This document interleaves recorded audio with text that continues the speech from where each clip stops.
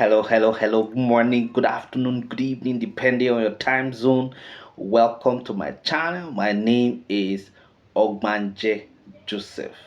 Please subscribe to this channel, share, like, as well as drop a comment on the comment section. So, our lecture today is titled The Reasons Poorer Nations Are Domiciled in Third World. The reasons poorer nations are domiciled in third world. Okay, so now third world nations can be defined as all the nations that are often referred to as developing countries of Asia, Africa, the Caribbean, Middle East, and Latin America. The third world concept is used to describe countries that suffer from high infant mortality, low economic development, high levels of poverty, low industrialization, low utilization of natural resources, and heavy dependence on industrialized nations. They are generally characterized as poor with unstable governments and heavy high rates of population growth, illiteracy, and disease, with impoverished millions in a vast lower economic class and very small elite upper class controlling the country's wealth and resources. But the big question is that why are all these unfortunate conditions of nations domiciled in the third world? So the big question we're going to be asking ourselves in the next section is why poorer nations are in third world. Why are poorer nations in third world? Now, the reasons third world countries are poorer, or are poor, yeah, of course, are poorer, can be summarized in the following ways. Number one, colonialism. Colonialism. According to Walter Rodney, okay, colonialism is a one-man armed bandit. Now he continues that colonialism killed, disarticulated, and destroyed the economies of the third world countries. That if you scale the benefit and evil of colonialism, one will find out that the debit far outweighs, the credit. Kwame Nkrumah insisted that colonialism crippled the infrastructural development and the colonial masters introduced certain unfavorable policies and programs that put most third world countries in a subservient position. So, colonialism is one of the reasons why poorer nations are in third world. Now, number two, poor production process. Now, the third world countries are blessed with enormous natural resources, like crude oil, timber, gold, coal, tin, iron ore, among others. But the problem is that of processing them, and converting them into finished goods. Therefore, they have to harness these resources for exportation at a very low cost, because of the less value they have at a crude, because of the less values they have at a crude stage. Okay, so that is actually number two. Now let us look at number three. Number three is technological deficiency. Technological deficiency. Now, what is technological deficiency? Okay, now the spread of technological advancement in the developed countries, cannot be compared to the less developed countries, and the reason is that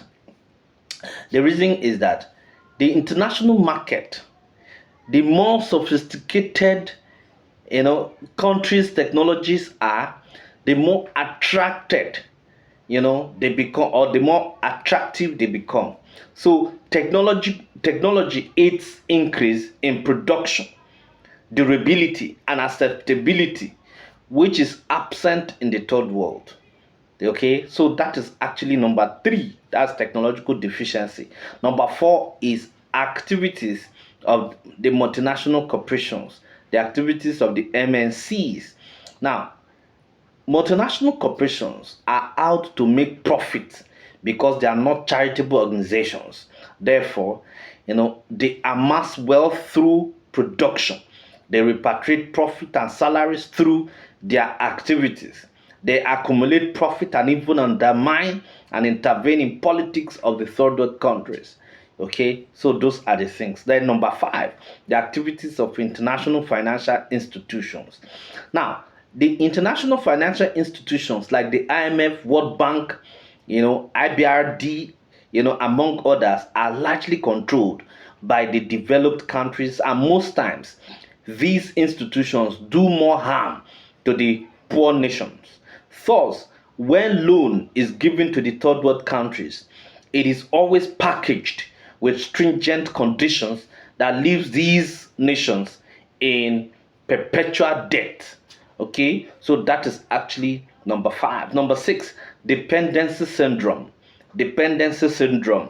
Now, the third world nations are always dependent on the developed nations for aids, grants and loans, technology, and processed raw materials, which are recipes for underdevelopment. Now, according to Professor Salih Dauda, there is no gainsaying that the third world countries depend so much on the developing world for sustainability, hence, choicelessly accepting a second fiddle or subordinate position in her economic relations with the developed nations.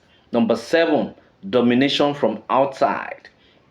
Now, economically, most producers, whether agricultural or industrial, is geared towards conditions obtainable in the world global system.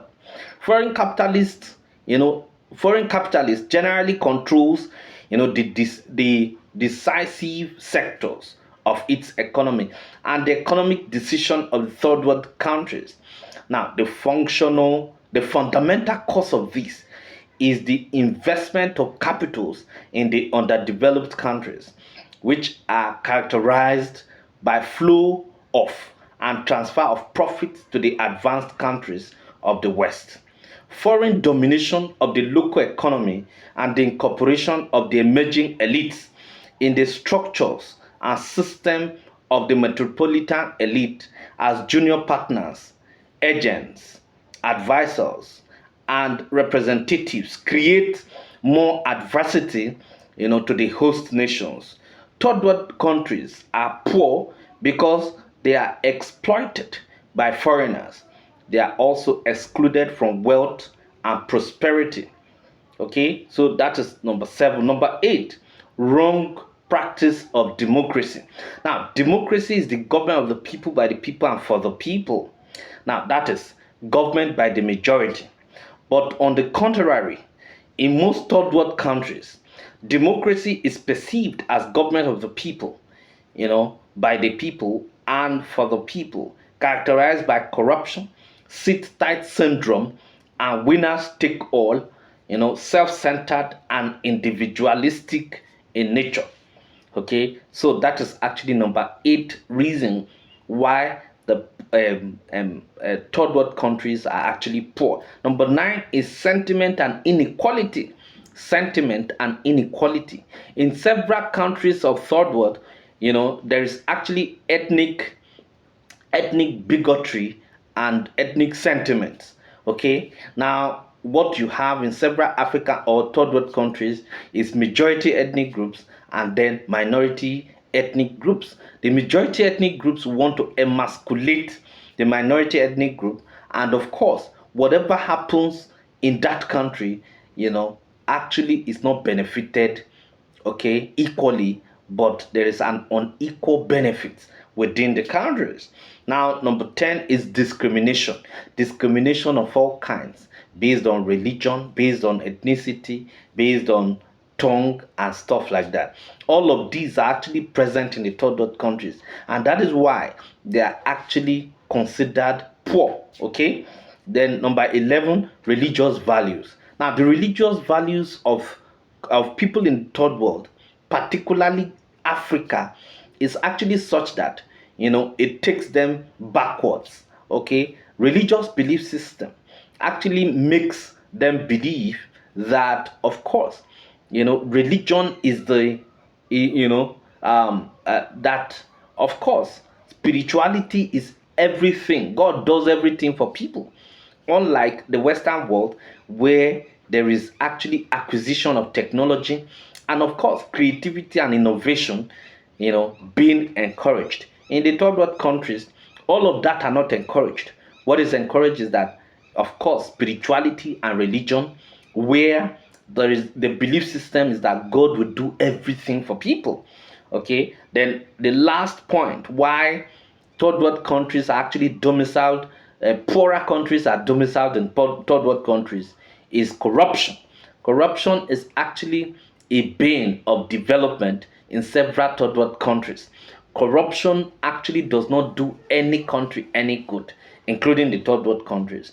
Now, it is actually, abuse of public office for private gain. It is a process of mismanagement of funds, misapplication, and misappropriation of funds.